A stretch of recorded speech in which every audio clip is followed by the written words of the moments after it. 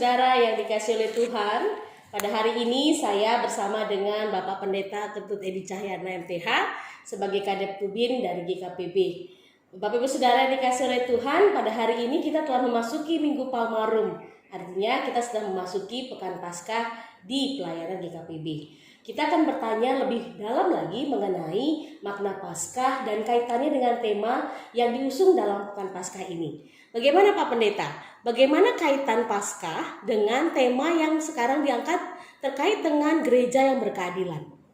Wah, ini pertanyaannya complicated ini ya. Tapi saya jawab aja dulu satu-satu ya. Kenapa gereja merayakan Paskah?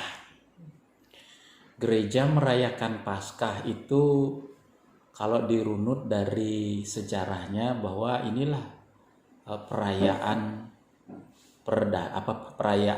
gereja yang paling penting dalam sejarah kehidupan kekristenan dan juga dalam kaitannya dengan kehidupan atau sejarah bangsa Israel. Tetapi di dalam kehidupan kekristenan makna Paskah itu bergeser dari makna perjanjian lama, yaitu keluarnya bangsa Israel dari tanah Mesir menuju ke tanah Kanaan. Kalau di dalam perjanjian baru kan kebangkitan Tuhan Yesus. Inilah esensinya bahwa Paskah kita adalah kemenangan, kebangkitan Kristus. Dan itu artinya bahwa kemenangan dan kebangkitan kita sebagai orang yang percaya kepada Yesus Kristus. Dan ini juga adalah kebangkitan gereja. Gereja itu ada karena Paskah, dan gereja itu hidup karena Kristus hidup. Barangkali secara sederhana dapat dikatakan begitu. Nah, perayaan Paskah inilah yang dilakukan oleh gereja sepanjang zaman sampai hari ini, dan bahkan tentu kita yakin sampai Tuhan Yesus datang kembali. Kenapa sekarang ini GKPB memilih tema menjadi gereja pembawa keadilan, kemudian subtema salib, titik 2, tempat keadilan dan kasih Allah berpadu. Apa sih maksudnya? Kenapa kita mengambil tema itu saat ini? Subtema ini khususnya kita turunkan dari tema 4 tahun kita menjadi gereja pembawa keadilan. Jadi memang kata keadilan itu merupakan kata yang penting bagi GKPB gumulkan selama 4 tahun. Terus dalam kaitannya dengan pengorbanan dan kebangkitan Kristus, maka kami di Deptubin mengajak jemaat-jemaat di GKPB untuk menggumulkan hal ini atau keadilan itu. Sehingga dari situ kemudian kami memunculkan tema salib. Karena identik Paskah itu dengan salib, berarti salib itu adalah tempat kasih atau keadilan Allah dan kasih itu berpadu, artinya bertemu. Apa artinya? Kalau dikatakan atau tema itu berbicara seperti itu, yang pertama, kalau kita lihat bahwa dalam peristiwa salib itu Allah sesungguhnya sedang menghukum dosa di dalam Yesus Kristus yang tergantung di atas kayu salib. Allah tidak pernah kompromi dengan dosa. Allah itu benci dosa, dan karena itu dosa harus dibayar. Dosa harus dihukum.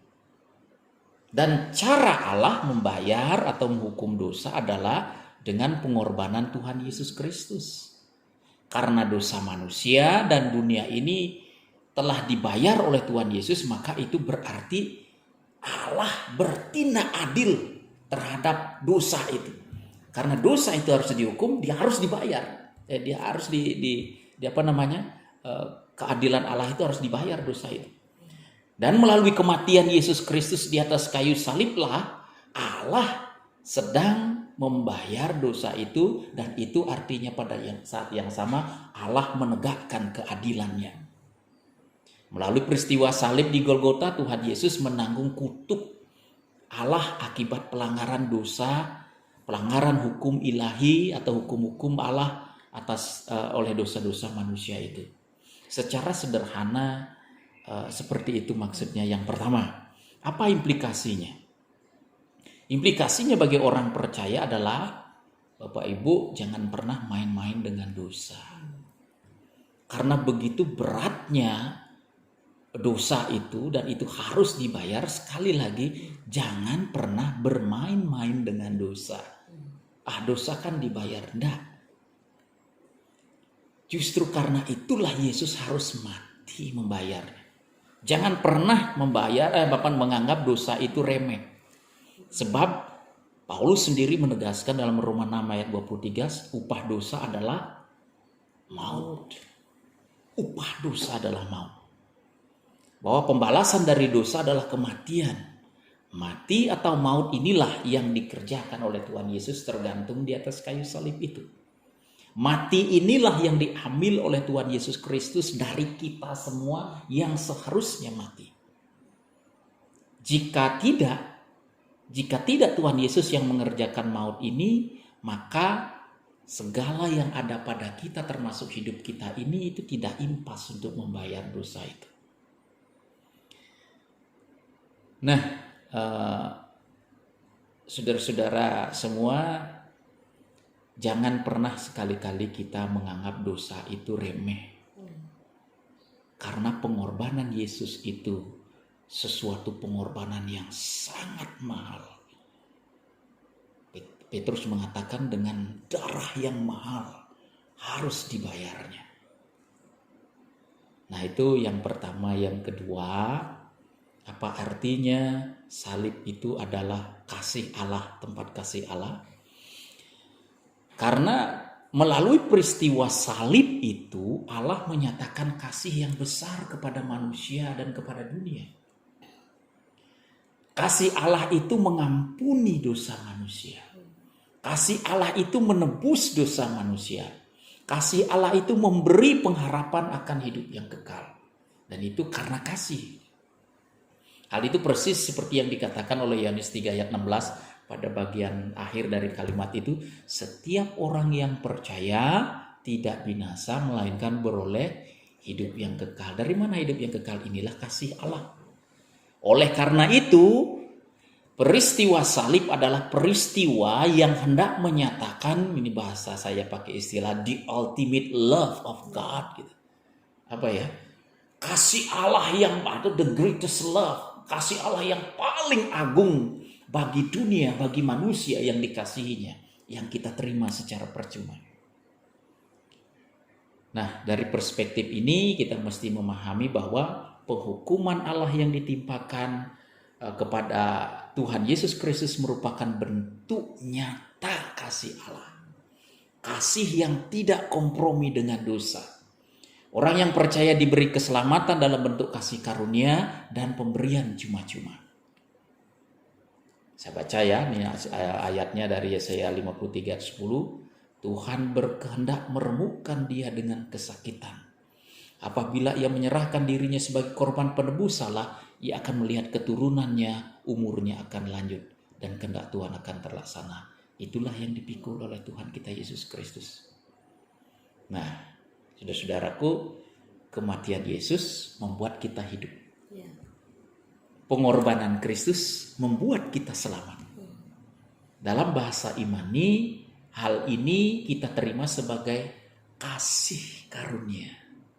Pemberian yang cuma-cuma, bukan karena hasil usaha manusia atau kita. Itulah yang ditegaskan oleh Paulus, sebab karena kasih karunia kamu diselamatkan oleh iman, itu bukan hasil usahamu tetapi pemberian Allah. Nah itu, sehingga kesimpulannya begini, melalui peristiwa salib di atas Golgota itu, Allah menegakkan keadilannya dan menghukum dosa manusia di dalam dan melalui kematian Yesus Kristus, karena upah dosa adalah mati atau maut. Dan pada saat yang sama di atas kayu salib juga Allah sedang mendemonstrasikan kasih-Nya yang paling agung yang dinyatakannya kepada kita yang berdosa ini, mengaruniakan pengampunan dan hidup kekal. Dengan demikian benar, salib adalah tempat keadilan Allah dan kasih Allah berpadu dan nyata. Iya, terima kasih Pak Pendeta Edi. Jadi Bapak Ibu Saudara, dalam Pekan Paskah GKPB tahun 2021, kita diajak untuk berefleksi dan menghayati kembali bagaimana salib sebagai sebuah tanda dari kasih Allah yang paling besar, di mana kasih karunia dan keadilan itu dinyatakan. Mari kita bersama-sama memasuki pekan Paskah ini dengan bersama-sama terus mengingat betapa besar kasih Allah dalam kehidupan manusia, dan kita bersama-sama belajar untuk semakin menghayati akan arti panggilan kita sebagai umat Tuhan yang telah ditebus dan diselamatkan. Selamat memasuki Minggu Palmarum bersama dengan 3 hari suci ke depan. Mari kita bersama-sama terus mengosongkan diri dan belajar untuk semakin dekat dan melekat pada kasih Allah. Tuhan Yesus memberkati.